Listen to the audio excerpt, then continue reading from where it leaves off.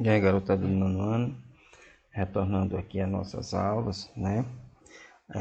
Nesse período aqui, nós iremos fazer algumas aulas de revisão nesse assunto aqui, que não é tão simplesinho, mas dá para a gente entender. E hoje nós vamos estudar os movimentos, né? Como nós já temos essas aulas antes, hoje nós vamos fazer aqui uma revisão, né? Hoje nós vamos ter os movimentos uniformes, movimento uniformemente variado, queda livre e a força da gravidade. Na aula de hoje, nós iremos ficar só com o movimento uniforme, tá bom? Então, movimento uniforme, deslocamento que ocorre em linha reta e com velocidade constante, ou seja, a velocidade não muda, o carro vai para o tempo na mesma velocidade, não tem aceleração. Então, assim, percorre distâncias iguais em intervalo de tempos iguais. No movimento uniforme, não há aceleração. Então, aqui, ó, o que a gente pode ver, ó, suponha que um veículo se move em movimento uniforme com velocidade de 30 km por hora, significa que a cada hora ele anda 30 km, em um intervalo de tempo de 1 hora, esse veículo desloca-se 30 km. Desloca-se em 2 horas, portanto, 60 km. Então, nós estamos vendo aqui como a velocidade não muda, é o tempo todo a mesma. Então, como ele está na velocidade de 30 km por hora, passando-se 1 hora, ele andou 30 km. Passando-se mais outra hora, formando 2 horas, ele também vai ter mais 30 km, dando 60 km.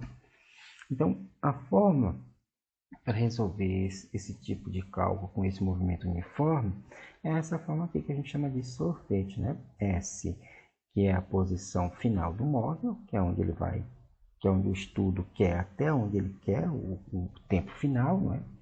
O SO é aonde ele começou esse movimento, né? Vai contabilizar onde ele começou. Se não falar de SO, isso aqui é considerado zero. A velocidade, que é uma velocidade constante, né?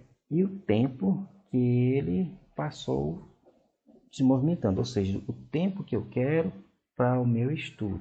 Se eu vou querer 10 minutos, 1 hora, 2 horas. Não esquecer que no sistema internacional o espaço é dado em metros, tá certo? O tempo é dado em segundo, então ficaria metros por segundo. Aqui está em quilômetro por hora, mas a gente já sabe transformar de quilômetro por hora para metro por segundo, né? Ó, se eu estou em metro por segundo, quero transformar para quilômetro por hora, multiplico por 3,6. Se eu tiver em quilômetro por hora, quero metro por segundo, divido por 3,6. Quando é que eu vou fazer isso? De acordo com a pergunta da minha questão. Estamos vendo aqui nessa outra figura aqui algumas referências. Por exemplo, o referencial aqui foi chamado de zero, aqui o ponto referencial, como se aqui tivesse uma pessoa observando. Nós estamos vendo que nós temos esse carro vermelho aqui, que está na esquerda, e um carro prata da direita. Eles estão se afastando do referencial. Nesse caso aqui, nós dizemos que o movimento é progressivo, né? E aí nós temos esse outro carro aqui, que está a 12 metros, né? Menos 12 metros. Quando é para a esquerda é menos, quando é para a direita é mais, tá certo? Do referencial. Então dizemos que esse carro bem que assim, ele está a 12 metros se aproximando do referencial. Neste caso aqui ele tem um movimento regressivo, né? E esses dois aqui progressivo. Então quem se aproxima, ele vai ter um movimento regressivo até chegar aqui no referencial. Se eu continuar o movimento, ele vai, a partir daqui ele passa a ter também um movimento progressivo. Então, um exemplo aqui diz o seguinte: um observador percebe que um veículo inicialmente a uma distância de 30 metros, né, está no sistema internacional, afasta-se com velocidade constante de 90 km por hora. Em relação a esse movimento, responda. Qual é a classificação do movimento desse veículo? Então, nós podemos classificar esse movimento como: percebe-se que um veículo inicialmente a uma distância de 30 metros afasta-se, então ele está se afastando, então ele é um movimento, ele é o que? Movimento uniforme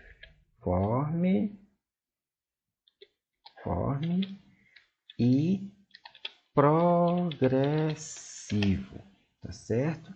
Ele é um movimento uniforme e progressivo. Então, essa aqui seria a resposta Foi a nossa primeira pergunta, beleza? Vou deixar de vermelhinho aqui. Vamos para a segunda pergunta.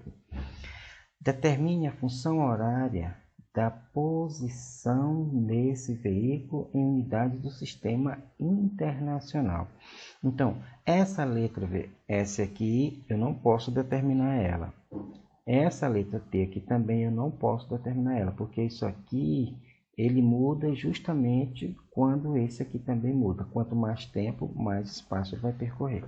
Mas existem valores aqui na nossa equação que eu posso mudar, que eu posso dizer que ele não muda, na verdade. O SO, que é o espaço inicial, né, ele está a 30 metros, então eu vou botar aqui no lugar do SO 30.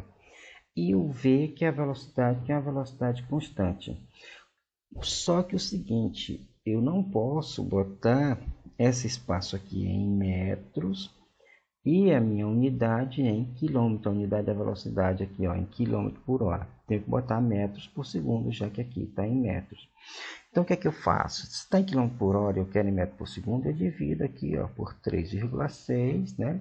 E aí eu encontro aqui minha velocidade em metros por segundo. E aí fica belezinha, tá certo? Então, essa é a minha velocidade aqui, vai ficar em metros por segundo. Beleza? Então, tá aqui, ó, de azulzinho, 25. Esse S e esse T não mudam. Então, está aqui a função horária do movimento.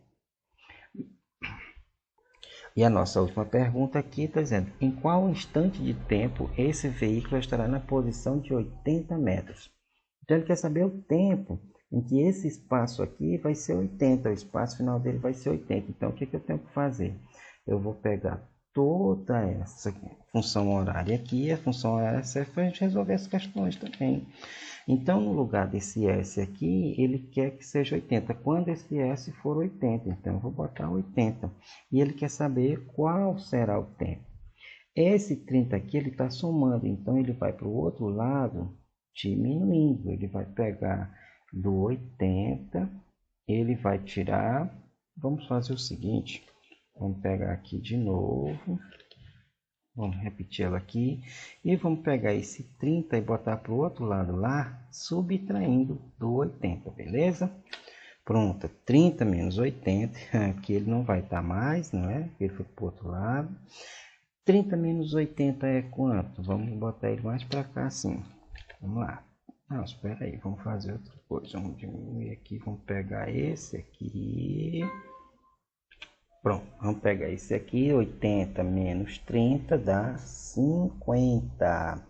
Agora, esse maisinho saiu junto com 30, ficou aqui, ó, 25 vezes T. Como está multiplicando, tá certo? Aqui é uma multiplicação, não botei, mas aí é uma multiplicação.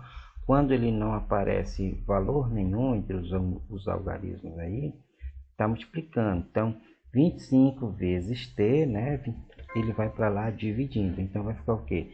50 dividido por 25. Vamos botar aqui.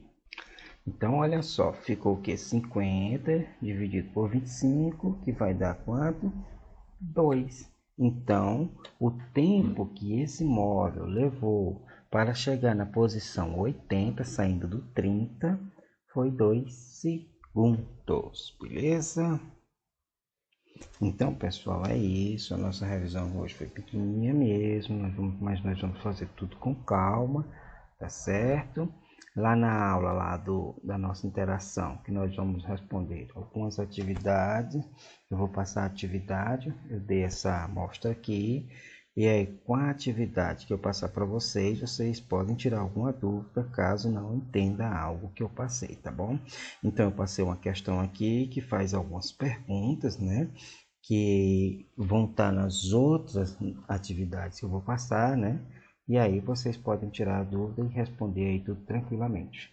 Qualquer dúvida a gente tira na aula de interação, beleza? Então hoje é só isso mesmo. Vamos começar devagar, né? Para não complicar tudo, tá bom? Até a próxima aula e tchau, tchau.